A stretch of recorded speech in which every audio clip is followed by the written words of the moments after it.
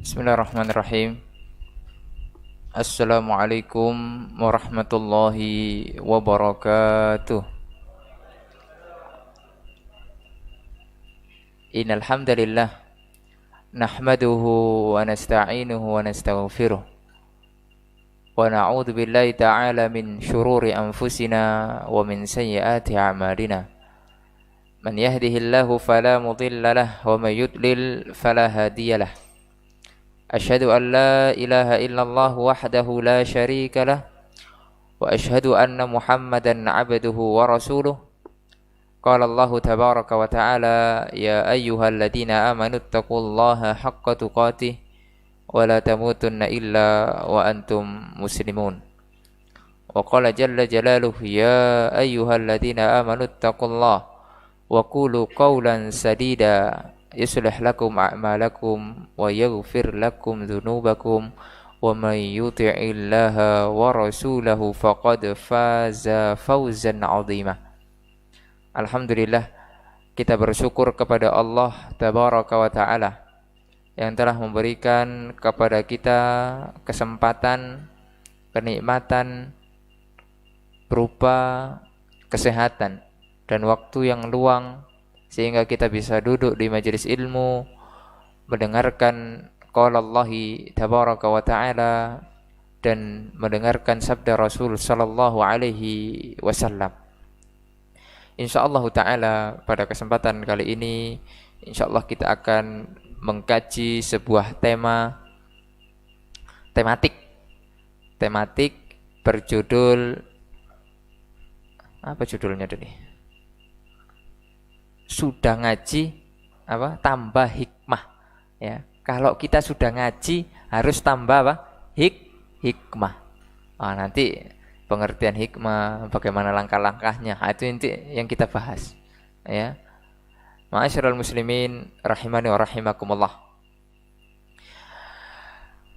Terkadang suatu fenomena ketika kita sudah mengenal sebuah ilmu, mengenal hidayah, maka tercipta image ya, atau pandangan, atau mungkin kita juga pernah merasakan gitu bahwasanya kita merasa bahwasanya kita ini sudah pokoknya sing liyane salah, sing bener aku tok. Nah itu biasanya kita mengalami fase-fase itu, dan ini dikatakan oleh Al-Imam Asy-Sya'bi rahimahullahu ta'ala dalam sebuah perkataannya. Beliau mengatakan al-ilmu salah satu ashbar, ilmu itu 3 tingkatan ya. Jadi ilmu itu 3 tingkatan ya. Wa man dakhala shibral awal takabbar. Kalau masuk tingkatan yang pertama sombong, pokoknya ndak ada yang lebih benar dari saya ini pokoknya paling benar, sing liyane salah kabeh ya, sing liyane ana benere. Sombong ya, dalam dirinya ada kesombongan. Ini tidak boleh ya, kita harus lawan itu. Ketika ada rasa itu kita harus lawan sombong. Kemudian yang kedua, wa man dakhala shibratsani tawadhu'a. Kalau masuk di tingkatan yang kedua, tawadhu. Ini sudah mending, tawadhu. Ya. Tawadhu ya, merendah ya, tidak congkak, tidak mentang-mentang, tidak meremehkan orang lain, ya, tidak sombong dan lain sebagainya. Harus tawadhu. Ya. Kemudian wa man dakhala asy-syibra tsalis ya alima annahu ya la ya'lam. Alima annahu la ya'lam au kama qala sallallahu au kama qala rahimahullahu taala. Ya. Kalau sudah masuk tingkatan yang ketiga, dia tahu bahwasanya dirinya tidak tahu apa-apa. Ini kita harus mencapai derajat ini. Ini derajatnya ulama. Ya. Jadi kalau ketika kita sudah belajar ilmu, Kita sudah belajar syariat Allah Azza wa Jal bitadarruj, dengan bertahap, sesuai dengan tahapan-tahapan yang telah digariskan oleh para ulama, maka kita tahu bahwasanya kita belum mengetahui apa-apa, bodoh. Oleh karena hakikatnya orang yang sudah mentang-mentang sudah banyak taunya, hakikatnya itu bukan orang yang pintar, sungguh dia orang yang bodoh. Ya, orang yang sesungguhnya orang alim, orang yang berilmu adalah ketika dia sudah merasa bahwasanya dia belum ada apa-apanya, belum tahu apa-apa. Sehingga kenapa? Itu akan menghilangkan kesombongan daripada dirinya. Ya. Sehingga dia harus terus belajar.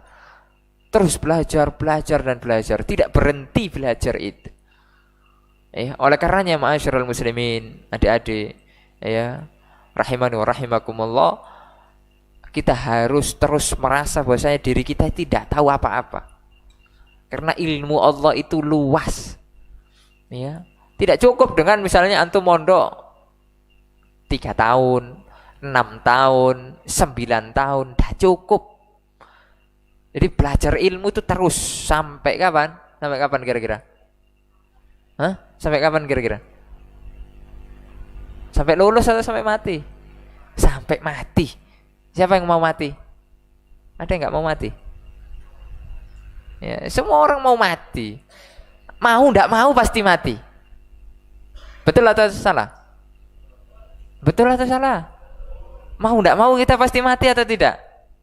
Nah, ya. Imma antum duluan baru saya, ya, atau saya terakhir baru antum. Antum duluan. Gimana? Jadi Allah Subhanahu wa taala berfirman, kullu nafsin dha'iqatul maut. Setiap yang bernyawa pasti akan mati. Siapa di sini tidak punya nyawa? Ada enggak? Ada enggak punya nyawa? Gentayangan ada enggak? Pasti kita bernyawa dan kita akan mati. Selama kita belum mati, disitulah kita harus belajar, menuntut ilmu. Ya. Oleh karenanya Sa'id bin Jubair pernah mengatakan, yang dinukil oleh Al-Imam Ibnul Jamaah di dalam kitabnya Tadhkiratus Sami' wal Mutakallim, beliau mengatakan, la yazalur rajulu aliman ma ta'allama. Senantiasa orang itu alim kalau dia terus belajar. Jadi orang alim itu, antum kalau tahu orang alim itu dia terus belajar. Ya, kesehariannya terus belajar, baca, kemudian mendengarkan kajian masyayikh. Meskipun dia sudah doktor, sudah profesor. Ini ada yang sudah profesor enggak? Antum sudah profesor? Belum? Nah, ya. Insyaallah. Ya. Jadi meskipun sudah gelarnya tinggi tapi harus wajib belajar, tetap belajar. Oleh karena beliau melanjutkan, wa idza tarakat ta'allumah. Kalau sudah tidak mau lagi belajar, wa dhanna annahu qad istaghna waqtafa bima indahu fahuwa ajhalu ma yakun. Kalau seandainya dia itu merasa sudah tidak penting lagi lah belajar, iku pelajaran biyen iki pondok biyen tahu kan, gak usah ngrungokno ustaz ngomong opo, di pondok biyen wis tak pelajari, tadi wis gak usah wis tak tinggal iki wis tak tinggal turu, baca doa kajian, baca doa bismikallahumma amut wa ahya, wah saya dan turu, ya ada boleh merasa bahwa saya dirinya sudah apa, sudah pintar, sudah masya Allah gitu ya, tidak boleh itu. Kalau orang merasa seperti itu, maka hakikatnya kata Sa'id bin Jubair, fahuwa ajhalu ma yakun. Orang yang seperti itu adalah orang yang paling bodoh. Wah, itu mau jadi orang paling bodoh? Tidak mau. Ya, jadi orang yang tidak mau belajar, merasa sudah pinter, maka itu adalah orang yang bodoh. Makanya adik-adik, kalau setelah ujian biasanya tidak mau lagi belajar. Betul atau salah? Betul atau betul? Betul. prai belajar. Nggak usah mau coba buku mana. Nggak bisa seperti itu. Jadi ilmunya ketika ujian, habis ujian ilmunya hilang kabeh. Betul atau betul? Itu salah. Karena niat kita masih belajar untuk ujian. Itu tidak boleh. Penuntut ilmu tidak boleh seperti itu. Kita harus berprestasi. Akan tetapi al-ilmu fis sudur, kata para ulama. Ilmu itu ada di dada. Ya. Laisa fis sudur, bukan hanya di tulisan-tulisan kita aja. Ya. Tulisan membantu untuk kita menghafal ilmu. Ya, akan tapi itu bukan yang utama gitu loh. Ya. Jadi seperti itu ya. Jadi kita harus terus belajar, tidak boleh ya ngaji, tetap ngaji. Nanti sudah lulus harus tetap ngaji. Ya. Dalam sebuah hadis Rasul sallallahu alaihi wasallam bersabda, "Ad-dunya mal'unah." Dunia ini terlaknat. Dunia ini apa? Terlaknat. Mal'unun ma fiha. Terlaknat semua yang ada di dalamnya. Wih. Ngeri ya. Jadi dunia ini semuanya terlaknat. Barulah ada istisna. Siapa yang sudah belajar nahwu? Ada yang belajar nahwu? Belum sampai nahwu? Belum ya? Sudah? Belum sampai istisna ya? Belum ya? Nah, jadi ada istisna. Illa ya, kecuali yang tidak terlaknat ada 3. Ya, jadi dunia semua ini terlaknat. Yang tidak terlaknat cuma 3. Antum semuanya kita harus menjadi bagian dari 3 ini. Yang pertama adalah orang-orang yang senantiasa berzikir kepada Allah, mengingat Allah. Pokoknya orang kalau dah iling sama yang maha kuasa, itu sudah tidak beres itu. Ya, ibaratnya wong gendeng. Atau mau jadi orang gila? Dah mau kan? Jadi kemudian yang kedua alim. Ya, alim, orang berilmu. Orang berilmu, ulama. Ya. Jadi orang yang senantiasa ya belajar itu ya mereka alim, ulama, pakar. Kemudian yang berikutnya adalah penuntut ilmu. Penuntut senantiasa ngaji. Meskipun kita ndak alim, kalau jadi orang alim itu susah, berat. Ya. Kudu hafal Al-Qur'an, kudu hafal hadis itu sudah banyak. Sudah pokoknya berat lah. Ya, jadi sehingga kita ini belum masuk kriterianya. Ya, belum masuk kriteria jadi ulama alim itu belum masuk. Ya. Kalaupun jadi alim, alimnya masih pinggiran. Tahu pinggiran ya? Jadi tidak tengah-tengah gitu. Tidak maju. Karena persyaratannya berat. Ya, untuk kita jadi mufti, bisa berfatwa itu berat itu. Ya. Berat. Makanya paling mending inilah kita jadi penuntut ilmu. Jadi penuntut ilmu. Meskipun sebenarnya kita itu agak berat juga jadi penuntut ilmu itu. Penuntut ilmu tuh kayak antum nih, masya Allah. Ya. Jadi kalau kajian itu nyatet, bawa buku gitu ya. Itu penuntut ilmu itu. Dengarkan itu masya Allah ya, alim. Jadi dulu itu ulama ketika mengadakan majelis ya, itu ada sebagian yang nyatet, ada sebagian yang tidak. Sebagian yang tidak nyatet itu kenapa? Karena dia punya hafalan yang kuat ya. Ulama dulu itu salah satu karomahnya, ketika dia dengar 1 kalimat 2 kalimat itu ndak lali, ndak lupa lagi. Masya, ada nggak di sini yang seperti itu? Baru dengar langsung hafal, nggak lali, nggak lupa lagi. Ada nggak? Angkat tangan. Ustadz kasih hadiah. Air minum Ustadz. Mau enggak? Jadi baru dengar kuat, ndak lali, ndak lupa. Ya. Jadi kalau ulama dulu itu gitu. Makanya ulama dulu itu Kalau lewat di majelisnya ahli bid'ah, orang-orang yang menyimpang, itu ditutup telinganya. Nanti kalau terdengar subhatnya, ceramah-ceramahnya ahli bid'ah itu bakal eling terus gitu. Makanya ditutup telinganya. Ditutup. Ya, subhanallah. Hafalannya kuat. Beda ya dengan kita. Kalau kita baru hafal 1 lembar, sudah hilang 2 lembar. Iya, ini ya enggak? Iya atau iya? Baru hafal 1 lembar, hilangnya sudah 2 lembar. Ini kakek dolen. Ya, banyak bermain. Ya, ini potret zaman kita ini sekarang begitu. Ya, banyak maksiat. Ya, apalagi sekarang, masya Allah, zamannya ini. Waduh, ya ngeri.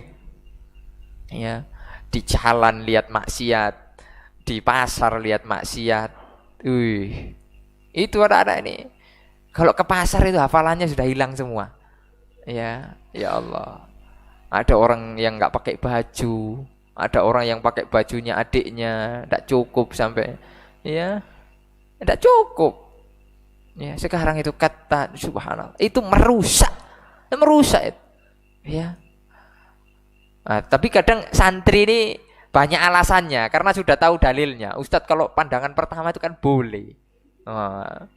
Sehingga dipandang terus pertama Ustadz. Ya. Nah, itu tuh kadang talbis itu, enggak boleh itu. Ya, enggak boleh. Ya, kadang kalau ada yang lewat gitu kan dilihatin, enggak boleh. Harus menundukkan pandangan. Ya, Jabir bin Abdillah itu ketika melihat cewek langsung dipalingkan kepalanya sama Rasulullah SAW. Ya, jadi tidak bisa benar. Tapi kalau zaman sekarang itu kan susah itu. Zaman sekarang itu. Ya, oleh karenanya kata sebagian para ustadz itu karomah yang paling besar pada zaman sekarang itu para pemuda bisa menundukkan pandangan. Bukan hanya para pemuda sebenarnya, bapak-bapak juga begitu. Ya, soalnya bapak-bapak ini kadang mau nikah lagi. Iya. Ya itu sudah bukan rahasia itu. Ya, jujur saja. Ya. Ustadznya juga gitu. Masalahnya. Ya. Jadi begitu. Itu fitnah. Ya, fitnah. Ya, ma'asyiral muslimin rahimani wa rahimakumullah. Jadi kalau kita sudah berilmu, ya, ilmu itu semakin kita harus ngaji terus, itu harus berbuah. Ilmu itu harus berbuah. Jadi ngaji itu ya ikhwan, antum mondok, yang penting itu barokah. Ya. Meskipun antum dah pinter itu yo ranking, misalnya habis ujian ranking. Tapi rankingnya itu dari bawah gitu loh. Iya. Tapi kan ranking. Misalnya muridnya 9, dia ranking 9. Iya, tapi kan ranking toh. Misalnya dia ranking 2. Berapa muridnya? 2. Jadi subhanallah. Tapi kan ranking. Tapi itu nanti nggak bakal ditanya itu nanti. Nggak bakal ditanya. Nanti sama malaikat, waktu mondok di Darul Hikmah ranking piro? Udah ada ditanya. Yang paling penting ilmu kita ini barokah. Bagaimana mengetahui ilmu kita ini barokah? Bagaimana? Kita mengamalkan ilmu. Jadi habis mondok harus membekas. Ya sekarang ini banyak orang habis lulus pondok anis gak ono.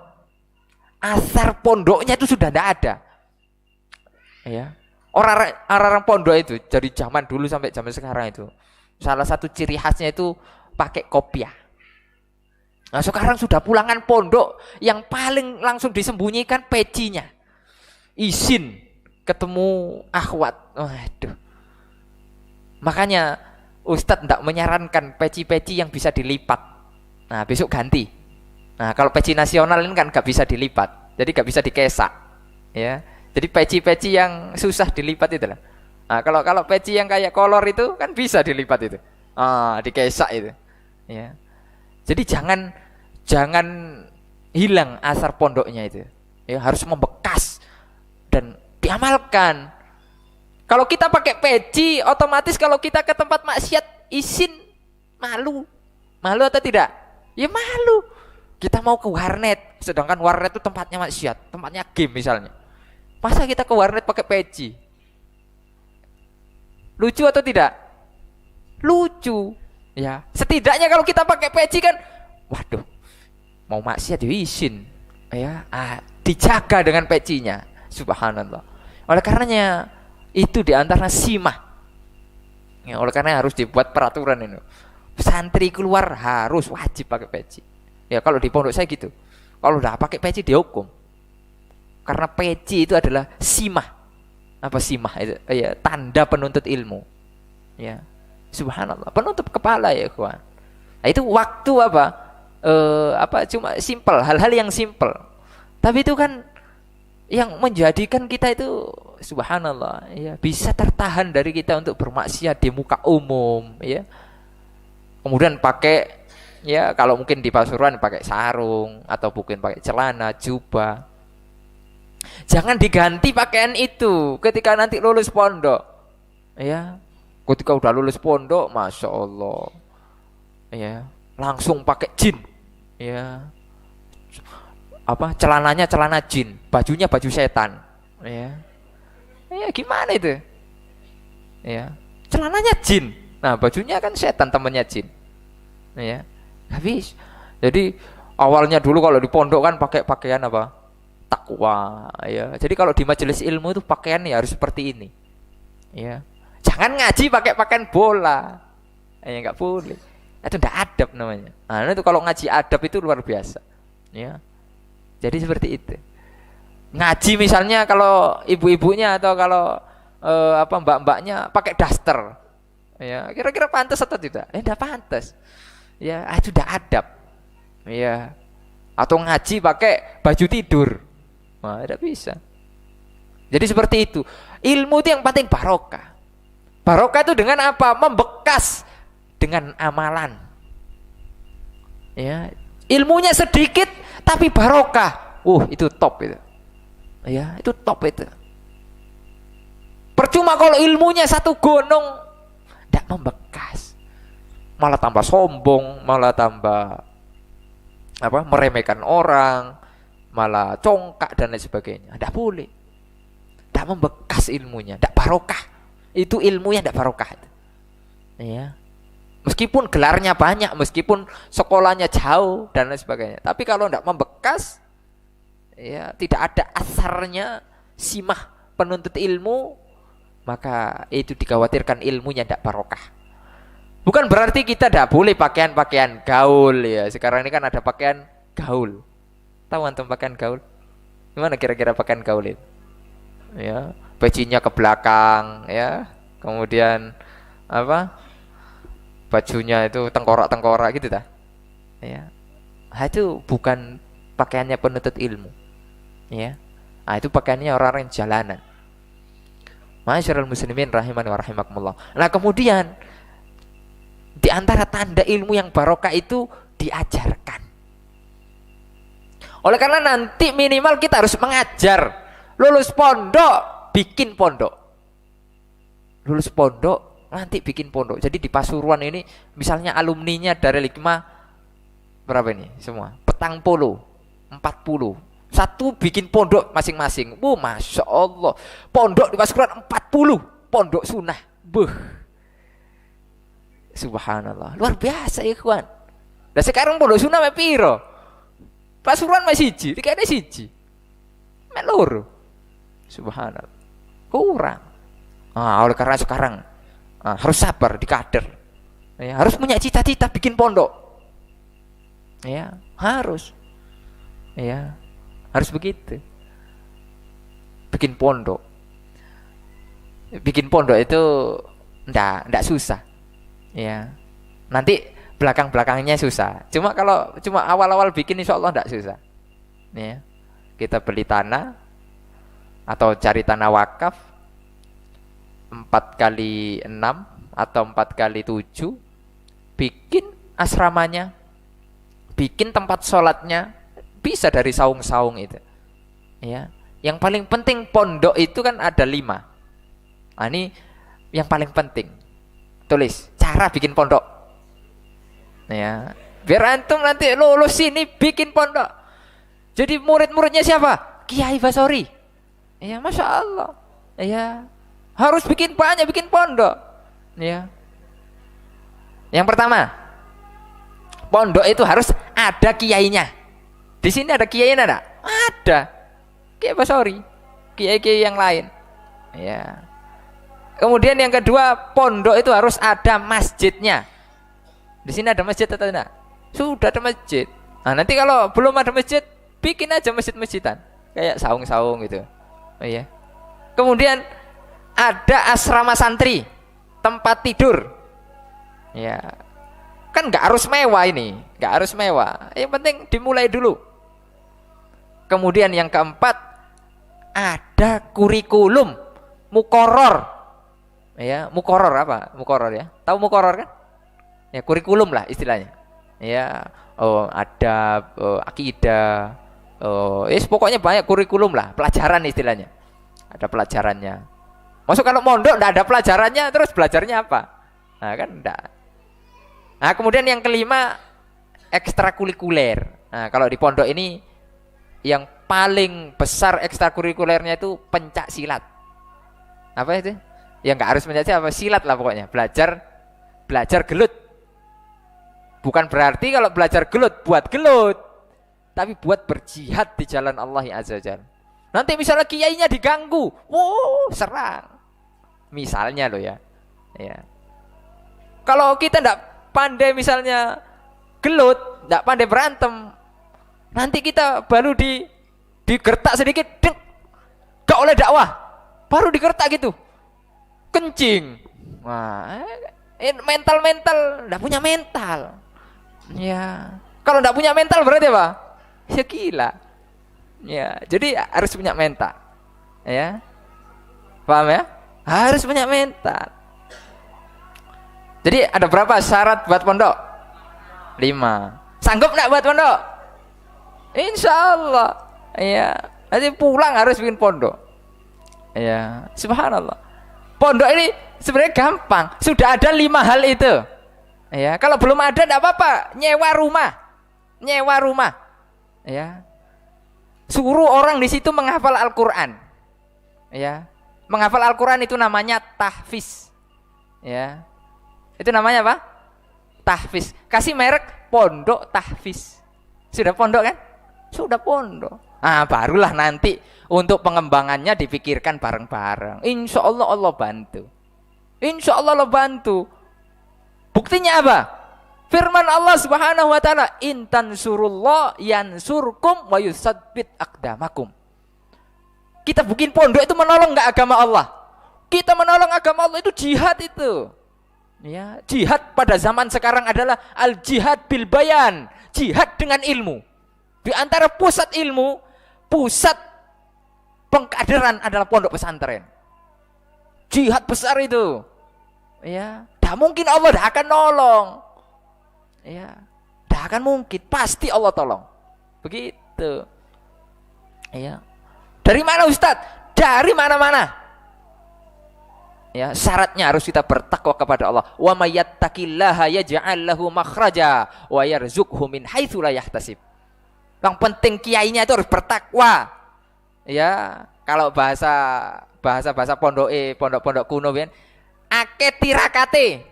Nah gitu, ake tirakate.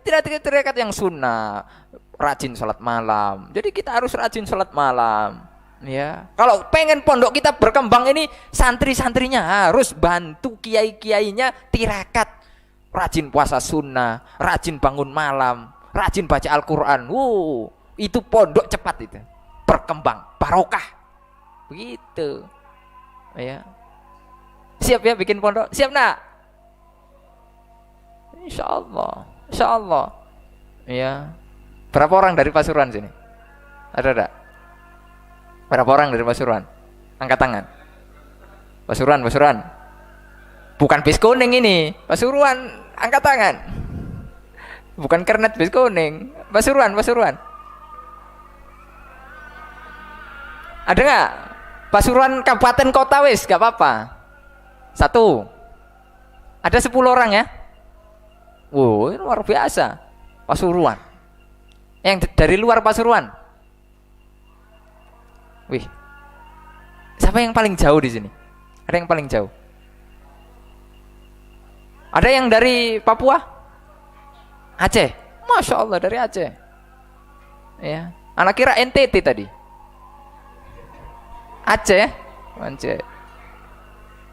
Paling jauh, Masya Allah. Ya. Jadi begitu ya kawan. Ya. Jadi kembali lagi kepada pembahasan kita. Jadi ilmu. Yang penting apa ilmu itu? Yang penting apa?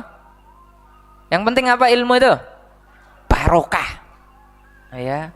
Kalau ilmu sudah hilang barokahnya, tidak manfaat. Ya. Percuma ilmunya. Ilmunya banyak tapi tidak barokah gitu. Sama kalau hartanya banyak tapi tidak barokah. Gajinya 2 miliar, pengeluarannya 2 miliar. Tidak barokah. Banyak itu. Pejabat-pejabat itu hidupnya ada bahagia. Karena cara mencarinya dengan cara yang haram. Allah hilangkan keberkahannya. Di antara jika kita mencari harta dengan cara yang haram, hati-hati. Berat itu. Kemudian kita ngasih makan anak istri kita. Mas'ul itu. Kita akan dimintai pertanggungjawaban besar di hadapan Allah Azza wa Jalla. Ya. Kullukum ra'in, kata Nabi Muhammad SAW. Setiap kalian adalah pemimpin. Wa kullukum mas'ulun an ra'iyati. Setiap kalian akan ditanya atas pimpinan atau atas yang kalian pimpin itu. Sudah benar enggak mengajak keluarganya? Begitu. Ya. Kalau kita ngasih anak istri kita makan dengan makan haram, bahaya. Nabi Muhammad SAW mengatakan, kullu lahmin, setiap daging, nabata min haramin, yang tumbuh dari barang yang haram, fannaru aulabih, neraka layak bagi dia. Subhanallah. Ini hadis-hadis ini yang harus membuat kita nangis. Ya, harus membuat kita nangis ya ikhwan. Ilmu itu, kata Imam Ahmad, aslul ilmi khasyatullah. Semakin kita berilmu ini, semakin harus sering nangis. Bukan nangis karena ditinggal mae, nangis karena mondok, bukan. Nangis karena takut kepada Allah. Begitu. Ya, nangis karena takut kepada. Karena ilmu ini masuknya besar, tanggung jawabnya besar. Ya, yang antum tuntut itu, ilmu itu bukan suatu yang remeh. Ya, suatu yang besar. Ya. Oleh karenanya ilmu ini, bahkan ilmu ini lebih mulia. Nabi Muhammad mengatakan la hasada fitnaini. Boleh hasad, tidak dosa, hasad pada 2 hal. Rajulun atau Allahul hikmah. Seorang yang dikasihkan oleh Allah hikmah, ilmu. Kemudian dia beramal dengan ilmunya, diajarkan. Kita boleh iri dengan itu. Anak iri dengan ustadz, Masya Allah. Berilmu kemudian diajarkan, Masya Allah. Iri itu boleh. Yang nggak boleh ketika iri, ya, apa ustadz ya? Apa ustadz? Mandar ilmu nih intek kabeh. Itu tidak boleh. Mandar ilmu nih hilang kabeh. Itu tidak boleh. Jadi kalau hasad yang dalam itu boleh. Ya, dalam bahasa ulama itu namanya bukan hasad, ghibthah. Kalau pada sesuatu yang positif itu ghibthah namanya. Misalnya teman antum sudah setoran 30 juz. Antum masih juz 30. Ya, misalnya. Sehingga antum ghibthah. Ya. Saya pengen seperti fulan setoran 30 juz. Enggak apa-apa itu. Iri. Itu iri yang boleh, positif. Tapi jangan sampai iri yang jelek. Iri yang jelek itu menginginkan kebaikan dari seseorang itu hilang. Iri, pengen seperti dia habis 30 juz, tapi semoga hafalan dia rontok semuanya. Itu tidak boleh. Itu penyakit. Ya. Kemudian yang kedua, ya, yang boleh dihasati adalah seseorang yang memiliki harta, hartanya dibelanjakan di jalan Allah. Diinfakkan pembangunan masjid, pondok pesantren, membiayai penuntut ilmu, Masya Allah, luar biasa. boleh kita iri dengan orang seperti itu. Akan tetapi kalau itu disinergikan luar biasa. Tapi kalau paling mulia tetap ilmu. Karena kalau ilmu itu, orang yang punya ilmu itu tidak bingung. Tidak bingung jaganya. Ya, kalau harta kan masih bingung jaganya. Motor harus di garasi, ilmu tidak pakai garasi. Ya. Pakai uang masih harus ada brankas. Iya toh? Brankas dimasukkan ke bank. Kalau harta kalau ilmu masa dibrangkasi, masa ditaruh di bank? Ya enggak. Ya. Harta harus dijaga oleh pemiliknya. Tapi kalau ilmu itu yang menjaga pemiliknya. Ya. Baik, karena sudah Isya, kita adzan. Berarti kita lanjutkan, ya. Lanjutkan. Kita lanjutkan Pak ya. Nah, lanjutkan. Masa cuma segini? Enggak, belum puas lah. Ya. Saya datang jauh-jauh ini. Harusnya 3 jam minimal. Ya. Silakan, siapa yang adzan? Sampai mana tadi? Ghibtoh. Ya, jadi boleh ghibtoh pada 2 hal. Orang diberi ilmu sama orang yang diberi harta. Tapi ilmu yang diamalkan. Nah, ini barokah tadi. Ya. Ilmu kalau udah diamalkan jadinya ada barokah. Oleh karenanya ilmu ini kan hanya wasilah. Yang paling penting harus berbuah menjadi amalan. Ya, betapa banyak kita hanya cuma ngaji. Ya, tidak ada asarnya, tidak ada bekasnya, gitu loh. Ya, oleh karena ma'asyiral muslimin rahimani wa rahimakumullah. Jadi harus ada bekasnya. Kita ngaji itu harus ada asarnya gitulah. Harus berbuah pada perilaku kita. Dulu kita mungkin keras, dulu kita mungkin ngamuan. Kemudian setelah mondok, setelah ngaji, kita semakin sabar, kita semakin tawaldu, kita semakin takut kepada Allah, begitu. Kemudian orang yang diberikan harta, yang diinfakkan di jalan Allah. Ingat ya ikhwan, ketika kita punya harta, kemudian kita infakkan di jalan Allah, itu sama sekali tidak membuat kita miskin. Ya, ada muhsinin di Surabaya itu sedekah yang saya tahu yang nggak saya tahu banyak. Per tahun itu 2M. Per tahun berapa? 2M. Masya Allah. Sekarang ya, dan dari dulu sih malah tambah sugih. Subhanallah. Tambah Allah bukakan pintu-pintu rezeki itu. Ya. Oleh karenanya Nabi Muhammad SAW bersabda, "Mana qasat shadaqatun min mal." Sedekah itu tidak membuat orang miskin. Tidak ada ceritanya, tidak ada sejarahnya orang sedekah habis itu miskin. Tidak ada. Banyakan orang kaya tapi medit. Tahu medit ya? Pelit. Ya, pelit. Kikir. Ya. Maka Allah Subhanahu wa taala berikan dia kemiskinan. Ya. Di antara sifat yang buruk itu kikir. Oleh karenanya dalam sebuah perkataan dikatakan la yajtami'u asyuha wal iman fi qalbi 'abdin abada. Tidak akan bercampur antara kekikiran dan keimanan di hati seseorang. Berarti kikir itu mengurangi keimanan. Ya. Oleh karena ma'asyiral muslimin rahimani wa rahimakumullah. Jadi dua hal itu, ya, ghibtah. Ya, iri yang boleh. Adapun iri-iri yang lain, nah itu tidak boleh. Ya, banyakan kan iri-iri sekarang ini, dengki, iri, hasad itu kepada sesuatu yang bukan 2 hal ini. Nah, itu tidak boleh. Dan kebanyakan iri, dengki, hasad ini kepada yang satu profesi. Paham tuh? Satu profesi. Dah mungkin tukang becak iri sama ustadz, dah mungkin. Dah mungkin, dah satu profesi. Ustadz ya iri nih sama ustadz. Sing kono ustadz mbok jadwale. Lah sing kene gak ono jadwale blas ya. Iri. Ya, apa maneh kono amplope gede. Waduh, iri. Wah, ini terjadi sehingga perpecahan, dakwah menjadi itu kan gara-gara itu.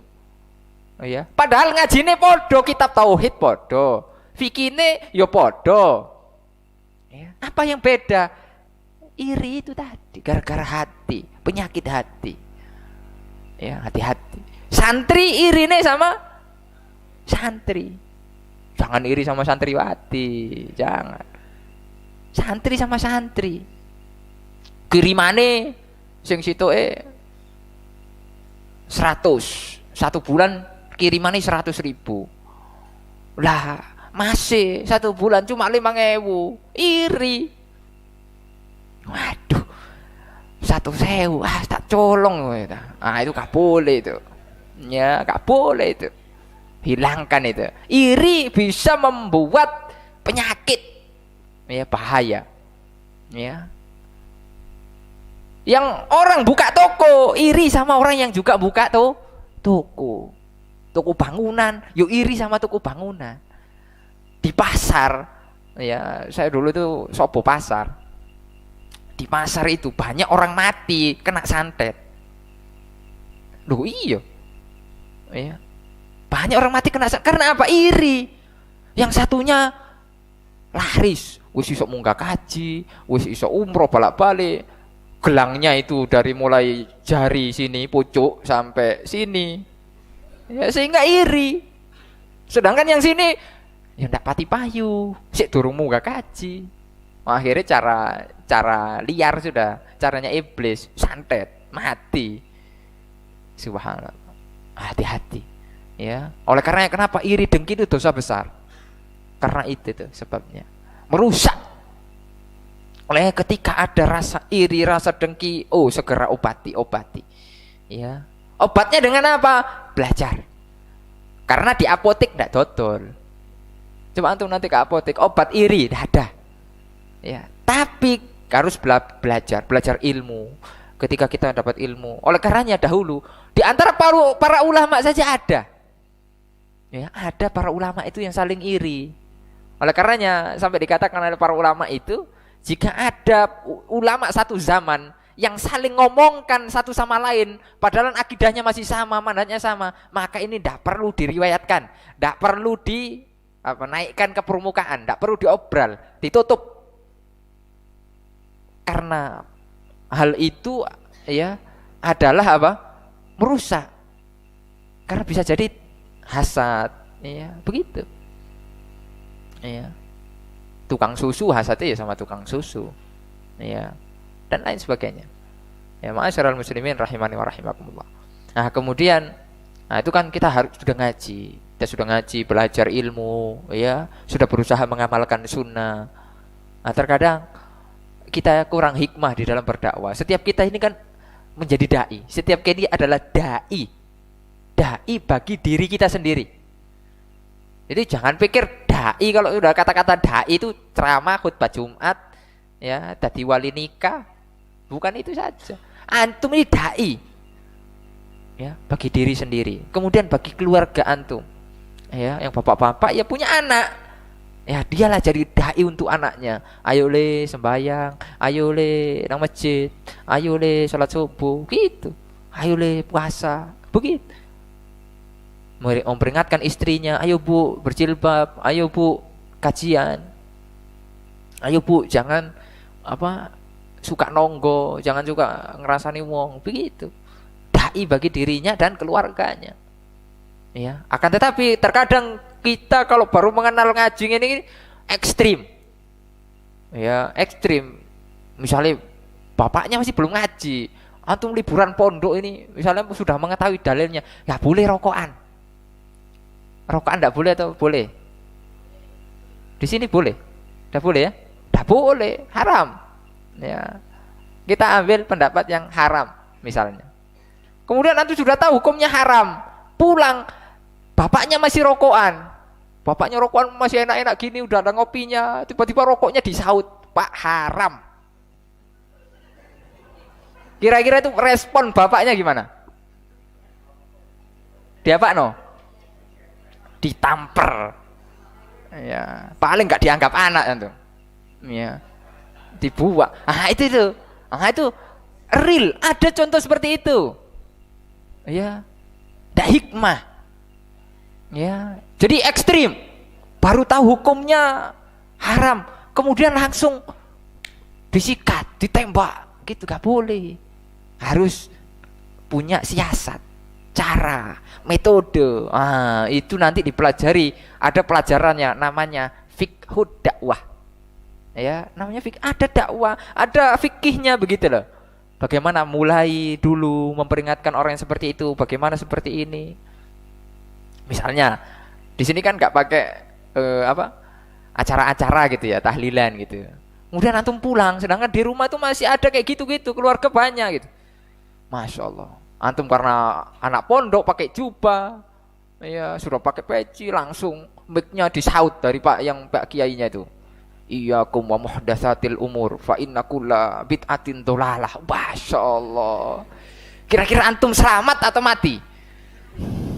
Kira-kira. Iya, paling ndak masuk rumah sakit. Paling ndak, iya. Karena bengep. Pasti ditandangi. Ya, pasti dipukuli orang. Ah itu ndak hikmah. Itu ndak hikmah. Bukan begitu caranya mengingkari kemungkaran, tidak begitu. Ada fikihnya, ada tata caranya. Ya, nah, ini jangan sampai terjadi. Orang yang seperti ini merusak dakwah. Ustadznya itu sudah pelan-pelan, sudah lembut-lembut. Ada orang baru ngaji, masya Allah, di kampung itu langsung. Ya, orang yang biasanya kunut-kunut gitu kan di kampung, tiba-tiba langsung diceramai. Padahal baru ngaji wingi, langsung ceramah kunut bid'ah, subhanallah. Dah diterima sholatnya, masya Allah. Orang itu sudah mengakar. Kemudian antum tiba-tiba seperti itu, ya pasti orang marah. Ya, bukan begitu caranya. Ya, bukan begitu. Mengingkari kemungkaran itu harus dengan tata cara yang hak. Ya, dengan tata cara yang hak. Dahulu Rasul Shallallahu Alaihi Wasallam yang jadi panutan kita siapa? Rasul Shallallahu Alaihi Wasallam. Ya, semisal tiba-tiba ada orang datang dari situ nguyu pojokan situ. Apa sikap antum? Nguyu. Dan nguyunya bukan hanya cuma nguyu situ, dicur gitu. Ngadap kiri kanan. Apa sikap antum? Marah atau cuma wes beno wes gitu. Sikap antum gimana? Yang normal lah, sifat normal kita. Marah atau tidak? Dah marah antum. Masjidnya dikencingi orang. Ya marah lah. Antum ini gimana? Dah punya giro antum. Harus punya giro. Masa masjid dikencingi meneng terus janus paling gendeng. Jangan gitu. Bukan gitu ya kawan. Jadi akan tapi Rasulullah SAW dahulu begitu. Ketika ada orang Badui ini wong gunung. Ya, wong Badui itu orang gunung pedalaman lah. Sing belum tahu informasi, masih belum punya Android, ya masih belum tahu teknologi istilahnya. Ya kalau zaman kitanya begitu. Datang dia ke masjid, kencing di pojokan, nguyu. Itu para sahabat itu ya fitrahnya normal gitu. Masjid kok dikuyui, mau marah. Tapi Rasulullah SAW sabar dulu ya. Biarkan selesai dulu kencingnya. Ya. Biarkan selesai dulu. Nah, baru ketika itu Rasulullah SAW datangi nasihati. Berdua. Ya, bahwasanya Rasulullah SAW ini adalah masjid. Tidak layak masjid itu dibuat kencing, kotoran dan sebagainya. Masjid itu untuk zikir, untuk baca Al-Quran, untuk sholat beribadah kepada Allah.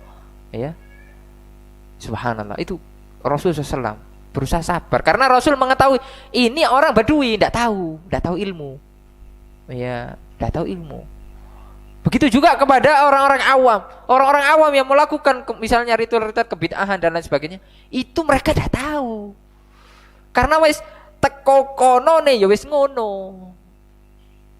Dari sananya juga sudah begitu gitu loh. Makanya bagaimana kita bisa merubah itu? Ya sabar. Sabar, bisa tiba-tiba langsung diubah, langsung berubah gitu. Kalau diubah langsung berubah itu namanya apa? Power Rangers. Tahu Power Rangers? Itu kan bisa langsung berubah. Wush, warna kuning, warna putih. Tapi Dakwah itu bukan begitu, bertahap, at-tadarruj.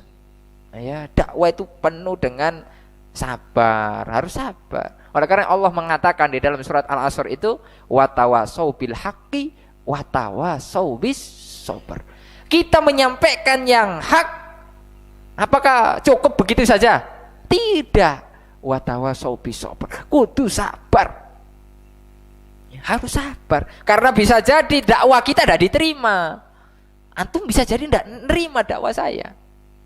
Mungkin sekarang tidak menerima, mungkin lusa menerima, mungkin 1 minggu lagi menerima, mungkin 1 tahun berikutnya menerima, atau mungkin 10 tahun pas sudah mau mati. Oh iya saya hilang ceramahnya Ustadz ben gak oleh kayak gini, tobat. Saya tidak tahu.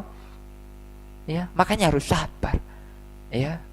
Masyarul muslimin rahiman. Karena pilar agar kita bisa berdakwah dengan hikmah itu ada 3. Yang pertama, kita dakwanya dengan ilmu. Kalau kita tidak dengan ilmu, itu tergesa-gesa, buru-buru. Ya, itu tidak boleh. Harus dengan ilmu.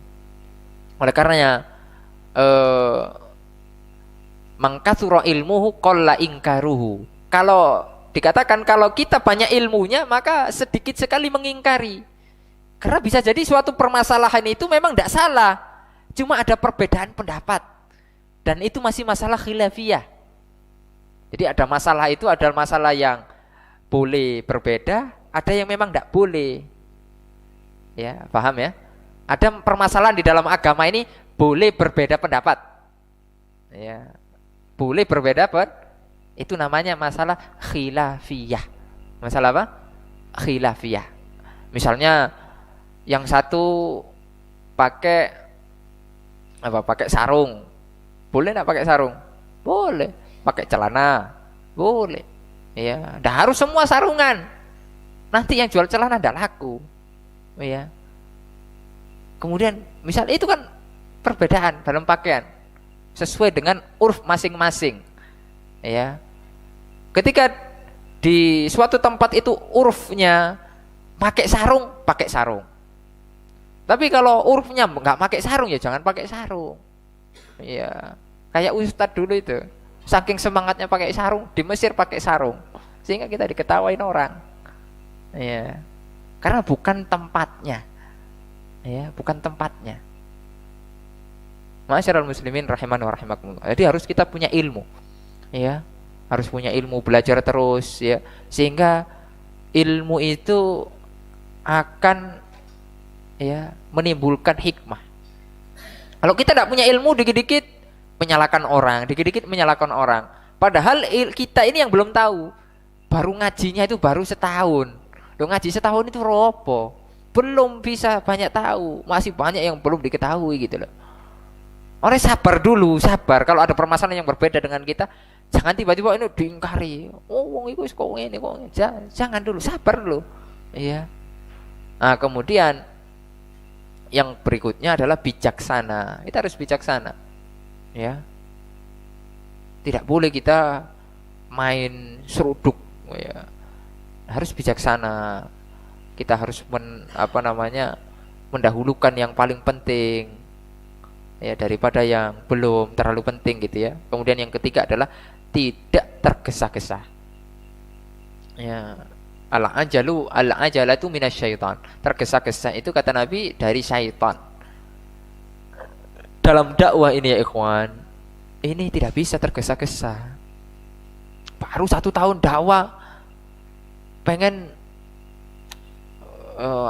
sudah banyak pengikutnya. Nggak, harus bertahap. Mungkin sekarang yang ngaji 2 orang, besok mungkin nambah lagi 3 orang. Gak apa-apa, bertahap. Ya. Subhanallah. Jadi tidak harus langsung banyak gitu, enggak. Perlahan, sabar. Ya. Kemudian kalau ngaji yang datang 1 orang enggak mau ngajar lagi. Udahlah. Semales aku ngajar sing tak komek siji. Ya, enggak mau lagi ngisi kajian. Ini dipertanyakan keikhlasannya. Seandainya murid antum cuma 1, tapi 1 itu bermanfaat untuk umat, itu sudah besar itu pahalanya itu. Dulu muridnya Robi'ah Ar-Ra'yi itu cuma 1. Muridnya siapa? Ar-Robi'ah Ar-Ra'yi. Itu muridnya 1. Tapi jadi siapa muridnya? Imam Malik. Imam Malik, Imam Madhab, salah satu a'immal arba. Jadi muridnya satu tapi jadi ulama. Dia menghasilkan ribuan ulama berikutnya, masya Allah. Sehingga pahalanya, ganjarannya mengalir kepada gurunya Imam Malik tadi. Bisa jadi sekarang ya baru kebuka hatinya satu orang, yang lain mungkin masih digembok, masih belum terbuka. Ya sudahlah, sabar. Yang paling penting itu kita istiqomah, yang kita sampaikan benar, tata caranya benar, tidak tergesa-gesa. Ya, kalau kita ikhlas, pasti Allah akan bukakan pintu-pintu kebaikan-kebaikan yang lain. Ya, jadi harus sesuai dengan 3 pilar itu. Dan hikmah sendiri, hikmah itu maknanya adalah apa? Wad'u syai' ya fi maudhi'i. Wad'u syai' fi maudhi'i. Meletakkan sesuatu pada tempatnya. Ya. Meja tempatnya untuk apa? Meja tempatnya untuk apa? Nulis, belajar, baca. Ketika meja antum pakai duduk, kira-kira itu hikmah atau tidak? Tidak hikmah, karena tidak memakai sesuatu pada tempatnya. Tempatnya duduk di mana? Di kursi, ya di kursi. Kemudian termasuk di antara yang lain, termasuk buang sampah. Buang sampah itu di mana tempatnya?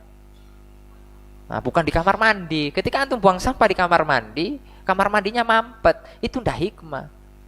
Jadi harus di tempat sampah. Jadi begitu. Itu hikmah, meletakkan sesuatu pada tempatnya. Ya, oleh karena para ulama mengatakan, di antaranya Al-Qahtani, memaknai hikmah itu yaitu tepat di dalam berkata-kata. Jadi momennya pas. Jadi melihat dulu sikonnya, ya, situasinya, kondisinya. Kemudian dalam perbuatannya juga pas. Akidahnya ya pas, gitu loh. Kemudian meletakkan sesuatu pada tempatnya. Terkadang orang itu meremehkan hikmah dalam berdakwah, sehingga itu tadi yang tadi pertama itu ngawur. Ya, baru ngaji sebentar sudah masya Allah. Sagang itu sudah didakwai semua, didatangi rumahnya masing-masing. TV haram, semuanya haram. Turunkan. Wih, subhanallah. Ya, itu tidak hikmah namanya. Ya. Kemudian yang kedua, kadang-kadang orang kebabas. Tahu kebabas ya? Apa kebabas? Terlampau, kelewatan batas. Sehingga dengan alasan hikmah, acara-acara sirik melo, acara-acara maksiat melo, orkesan melo, dangdutan joget. Ya, kenapa antum joget ya akhi? Anak ini mendakwai agar diterima dakwah, anak harus joget dulu. Tidak boleh, tidak hikmah itu. Karena mad'u saya, yang saya akan dakwah ini tukang joget. Kalau saya tidak joget, orang tidak mau dengarkan saya. Nah, kemudian berdakwah di tempat judi. Saya harus main judi dulu, taruhan dulu. Ya. Belum sampai dakwanya dia sudah ketagihan main judi lagi, nggak jadi dakwah. Ya, ketanduan judi. Ya. Kemudian dakwah di tempat pelacuran. Apakah harus nyoba dulu? Ya, enggak boleh. Tidak bisa seperti itu, tidak hikmah namanya. Tidak hikmah. Jadi harus pertengahan. Kita juga tidak ngawur, kita juga tidak kebabas. Ya, tidak terlampau batas, tidak terlampau terlewat batas. Harus sesuai koridor. Itu semua di bimbingan syariat. Ya, Allah Subhanahu wa taala mengatakan ud'u ila sabili rabbika bil hikmati wal mau'izatil hasanah. Serulah, ya, dakwahkanlah orang-orang itu ke jalan Allah dengan hikmah. Dengan hikmah itu ya itu tadi, tidak melampaui batas, ya, ngawur, ya. Kemudian tidak meremehkan itu tadi sehingga terlewat batas. Tak boleh, harus tengah-tengah. Contoh kita dakwah, karena posisi kita ini dakwah kita masih sedikit, masih lemah. Kita dakwah dengan hal, ad-dakwah bil hal, dengan akhlak yang mulia. Ya, dengan akhlak yang mulia. Orang itu akan menilai kita dengan akhlak kita. Antum punya hafalan 30 juz, tapi dah ono akhlaki. Pasti orang langsung mengecap, wong iku ndak duwe akhlak. Nah, itu. Ya. Jadi harus berakhlak. Di antaranya memasang wajah manis ya kepada orang. Itu di antara akhlak yang mulia. Jangan habis itu pulang mondok, pulang ngaji, Masya Allah, lambe ini wene dong, es becucu dong. Jadi memandang seseorang itu sesat semuanya. Neraka, itu neraka. Jadi kita cuma untuk menilai orang, rokok-rokokkan orang. Misalnya dalam masalah yang singkat simpel saja, orang masih isbal, ya karena kan ya, kita berpendapat bahwasanya isbal tidak boleh. Tapi ada sebagian pendapat ulama yang lain, orang masih membolehkan isbal asalkan tidak sombong. Kemudian kita pandang orang yang masih isbal itu, percuma ngomong bok rokok tapi rokok. Jadi subhanallah, gampang dengan gampang ini tidak boleh. Itu dah hikmah namanya. Ya, nah itu tidak boleh, ikhwan. Begitu tidak boleh. Jadi kita harus pasang muka manis, senyum, yo nun sewu kalau liwat. Ya, kalau lewat itu nggak apa-apa. Itu ada yang bagus. Kemudian kalau bisa diselingi dengan salam. Assalamualaikum Pak, nun sewu nggih, monggo. Begitu. Salam enggak, nyopo juga enggak. Padahal tetangganya. Iki pondok endi sih? Nah, kan nanti pondoknya yang kena, yainya yang kena, muridnya sopo? Ya bahasa waduh. Kadang dari kiai ki sumpah murid-muridnya kadang begitu, kiainya sudah bagus, muridnya yang gak ulah, ya sehingga memang ya kudu sabar, ya harus sabar, ya. Oleh karenanya biasanya kiai itu biasanya merbu surga dulu, masuk surga duluan karena sabar, ya murid-muridnya kadang bandel-bandel gitu ya, sabar kiainya itu, ya. Jadi begitu, jadi harus bermuka manis, disapa, ditanya dengan akhlak yang mulia, orang akan ya dengan sendirinya, tentunya dengan pertolongan dari Allah, hidayah dari Allah, orang akan terbuka hidayah itu. Dahulu ada namanya ulama namanya Ahmad Isa, Syekh Ahmad Isa. Oh, ini ulama tapi juga pembisnis. Beliau kalau tidak salah bisnis kain, jual beli kain, entah kainnya mungkin buat cuban atau buat apa. Pokoknya apa istilahnya, apa distributor ya, apa distributor lah istilahnya. Jadi dia itu tangan pertamanya gitu, dia ngambil di orang, dia pokoknya agen besar, ya agen besar gitu ya. Ahmad Isa, dan Ahmad Isa ini, Syekh Ahmad Isa ini adalah murid dari Syekh Abdurrahman bin Hasan Al-Utsaiq. Ya, Abdurrahman bin Hasan Al-Utsaiq ini cucunya Syekh Muhammad bin Abdul Wahhab. Cucu Syekh Muhammad bin Abdul Wahhab. Nah, kemudian Syekh Ahmad Isa ini kalau kulaan ke Jeddah. Syekh Ahmad Isa ini tinggalnya di Mekah. Kulaannya ke Jeddah. Nah, itu kan tidak jauh itu.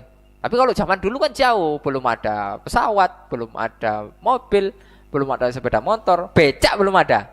Belum ada. Becak motor apalagi belum ada. Ya, ya masih paling kalau keledai, onta, gitu aja kan agak lama itu.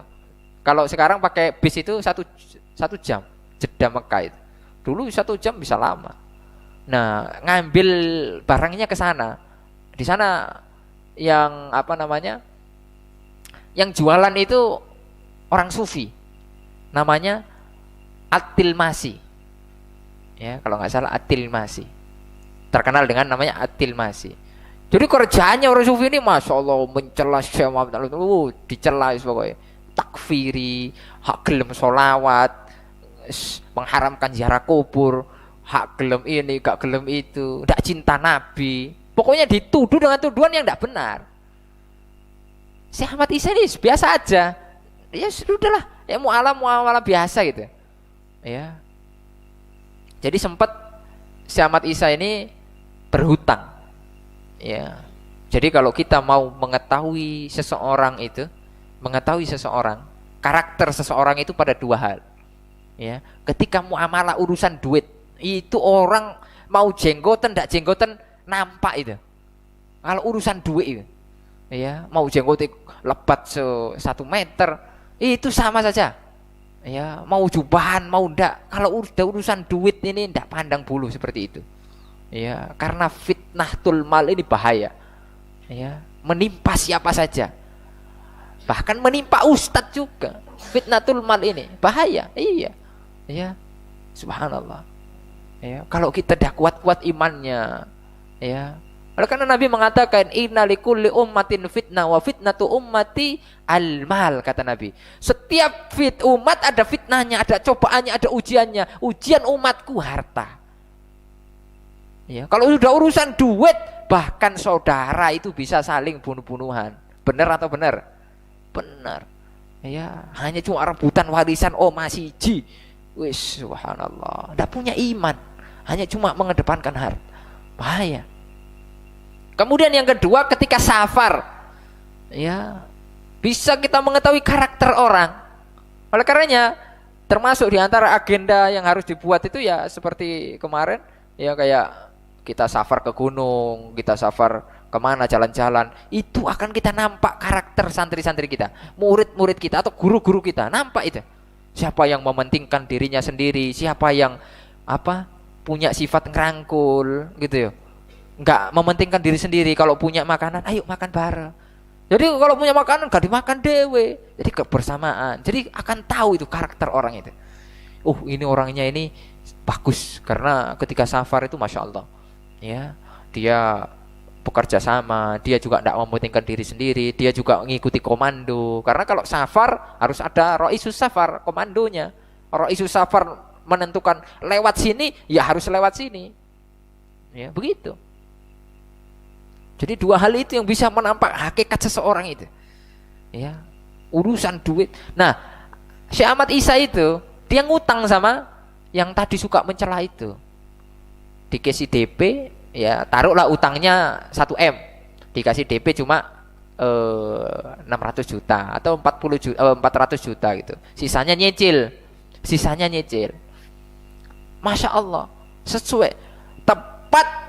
Jadi Syekh Ahmad Isa ini masya Allah ulama sunnah, ya, bukan ya ulama yang mengamalkan ilmunya. Ketika sudah jatuh tempo dibayar, sehingga lunas dalam temponya, dah pernah telat. Sehingga Ahmad Ilmas ini, dan itu sudah berkali-kali begitu, muamalah begitu. Sehingga orang kalau sudah urusan begitu itu sudah dipercaya. Itu kita bakal dicari orang itu. Investor itu bakal ngejar-ngejar kita kalau kita jujur itu. Iya, ya, subhanallah. Begitu. Saya pernah dulu pengalaman itu. Saya dulu pernah saya jual-jual kitab itu kan. Saya ngutang juga sama orang itu. Ya mungkin ngetes saya mungkin. Saya utang, saya bayar terus, bayar. Ya. Sampai kita dikejar-kejar orang. Ya bukan berarti nggak bayar. Orang itu mau apa? Investasi gitu loh. Ya, bukan dikejar-kejar saya nggak bayar utang, enggak. Tapi dikejar-kejar orang itu mau investasi. Ayo Ustaz, bangun apa? Maktaban di Indonesia. Ayo Ustaz, saya kasih modal Ustaz. Waduh. Kitanya yang jadi yang pusing gitu lah. Ya, jadi begitu. Yang penting jujur. Cari sekarang orang jujur itu susah. 1001. Ya, 1001. 1000 orang satu jujur. Yang 99, yang 999 itu jujurnya setengah. Ya, jujurnya setengah. Bilang-bilang iya. Nggak ada bukti ini. Ya, tidak jujur. Begitu. Ya. Jadi ma'asyiral muslimin rahimani wa rahimakumullah, itu untuk mengetahui karakter seseorang. Ya, jadi harus kita ya begitu. Kemudian lanjut lagi ke cerita, sudah berkali-kali itu. Sehingga Syekh Ilmas ini kan heran. Ini subhanallah, muamalahnya bagus, akhlaknya bagus. Kemudian akhirnya dicari tahu lah, iki pengajiane sopo gitu lah. Iki ngaji nang ndi wong iki? Akhirnya tahu, wih, ini muridnya, iki gula nih. Kalau zaman sekarang kan julukannya wih, iki Wahabi lah, kayak gitu lah cara kasarannya. Iki Wahabi wong ini mantap iki. muamalah beres, gak ngutang gak tahu telat, masya Allah, sehingga dia tertarik ngaji. Akhirnya dia masya Allah belajar. Yang awalnya mencela dakwah, kemudian karena dia itu agen besar ya, Syekh Tilmasi itu, kemudian dialah orang yang menjadi donatur besar dakwah ketika itu, mencetak buku-buku Syekh, ya, sehingga dakwah itu tersebar. Itu begitu dakwah dengan akhlak yang mulia. Dengan mungkin kita meremehkan urusan hanya sekedar utang piutang muamalah, itu bisa berpengaruh kepada dakwah. Ya, luar biasa. Dahulu orang-orang tijarah itu, orang-orang Arab ke Indonesia itu kan dengan akhlak, sehingga orang-orang dulu zaman-zaman Hindu Buddha itu tertarik masuk Islam itu. Ya. Jadi orang-orang masuk Islam ini ke Indonesia itu bukan dengan perang. Ya, dalam sejarah itu belum pernah saya ketahui. Ya, meskipun banyak teorinya, ada teori kucurat, ada teori ini, teori itu, tapi yang paling penting teorinya itu tidak melalui peperangan, tapi melalui akhlak muamalah yang baik, sehingga mereka itu tertarik dengan dakwah.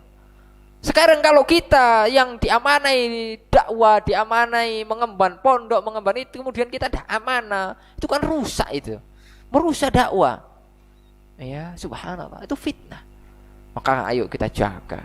Itu fitnah menimpa semua, bisa kita, bisa antum semuanya tertimpa. Ayo kita minta tolong kepada Allah, ya, dengan akhlak yang mulia. Ayo kita, ya, mengajak orang dengan hal-hal yang ini itu loh, ya. Nah itu hikmah, ya, karena kita kondisinya tidak bisa kita terang-terangan dakwah kemudian kita langsung dengan cara-cara yang brutal, tidak bisa. Dengan pendekatan, dengan mungkin dihadiahi buku-buku, ya, kemudian di silaturahmi, ya, asalkan terus. Pokoknya paling penting ya ikhwan, ketika dakwah kita belum diterima, ini antum harus catat. Ketika dakwah kita belum diterima, ya, itu harus catat. Yang paling penting orang tidak musuhi kita. Biarlah orang belum menerima dakwah kita saat ini, ya, ya, karena mungkin ya berbeda dengan mereka, ya. Mungkin kalau di sini kata Kiai kemarin Islam Mekah, ya, Islam Mekah gitu ya. Yang paling penting orang itu tidak benci kita, maksudnya tidak memusuhi kita, tidak mempersulit langkah dakwah kita. Yang penting kita masih bisa berdakwah gitu loh, ya. Nah, itu tidak bisa dilakukan kecuali dengan akhlak ya kawan, akhlak. Pokoknya kita kan kalau tradisi-tradisi acara-acara gitu tidak datang, tapi di kampung itu, sehingga kita pasti dijadikan bahan omongan, dikuncing. Nah itu biarkan saja. Tapi ketika hal-hal yang syar'i, yang tidak ada bertentangan dengan syariat, kita harus yang paling depan. Ya, ada misalnya Ramadan, kita bagi-bagi buka puasa, kita jatah itu semuanya full 30. Wow, itu orang insya Allah, ya, orang itu tidak bakal ganggu kita lagi sudah. Karmu dakwah. Nanti anaknya mungkin dipondokkan ke sini, begitu. Jadi program sosial kita bisa masuk di situ. Orang, apalagi sekarang corona, orang itu sekarang nggak peduli dengan, ya, apalagi masyarakat awam itu nggak peduli dengan masalah isu-isu itu, tidak terlalu mereka itu, ya. Yang penting mereka itu bisa makan kenyang, itu tuh, ya, itu yang mereka sekarang pikirkan itu. Kalau kita bisa itu memenuhi itu, bikin bakti sosial misalnya, setiap ada mungkin agenda bulanan, ya nggak apa-apa, kita perdayakan aja, uang berapa, modal 2 juta 3 juta, ya, masyarakat sekitar, atau kita kemudian nanti masuk ke gunung-gunung sana, masya Allah, program sosial masuk kita di situ, ya.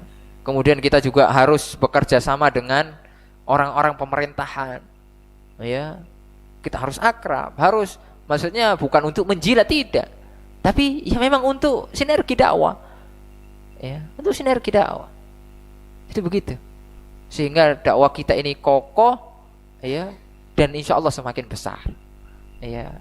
Kalau dakwah kita tidak kokoh, kropos, ya, karena pondok pesantren itu ya kawan, ya, pondok pesantren itu adalah pusat peradaban, ya, pusat pertahanan umat, itu pondok pesantren itu, ya. Oleh karena kalau pondok pesantrennya kropos, ya, tidak kokoh, tidak kuat, maka hanya bertahan sebentar. Jadi pondok pesantren itu harus bertahan, ya, punya sampai teruslah generasi-generasi sampai kiamat, ya. Sehingga orang-orang yang wakaf, orang-orang yang benar makan itu dapat pahalanya terus, ya, sedekatin jariyah, dapat pahala sedekah jariyah, ya. Jadi begitu. Jadi ketika kita sudah berilmu, sudah ngaji, harus apa? Hikmah, ya. Jadi begitu ya, kawan, ya. Nah, itu saja mungkin yang bisa disampaikan.